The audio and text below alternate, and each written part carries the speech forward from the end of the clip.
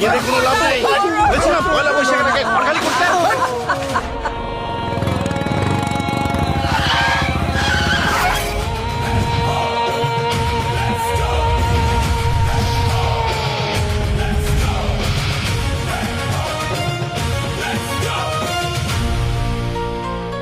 বলেছি তো সময় মতো দিয়ে দেবো।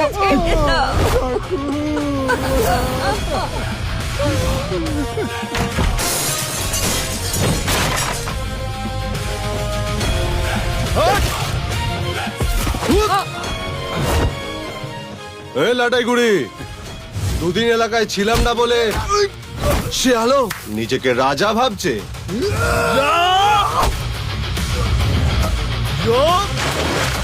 রাজা থাকতে কারোর কোনো অসম্মান হবে না।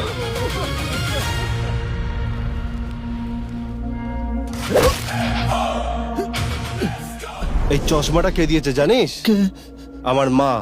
এই চশমাটা যদি ভাঙতো, এমন মারছিল তোর কপালে, পড়ে থাকতিস হাসপাতালে।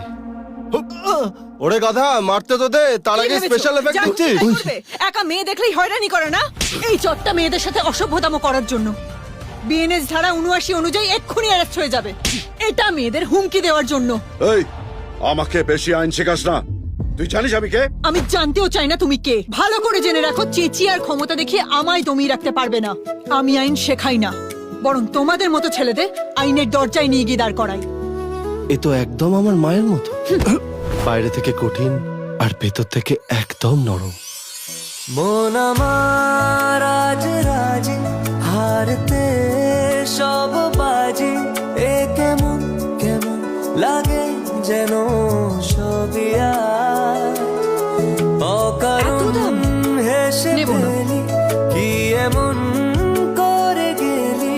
মন পাগল পাগল লাগে কেন, কি মেজাজ বুঝি না কি যে হয় তোর কি ইশারায়।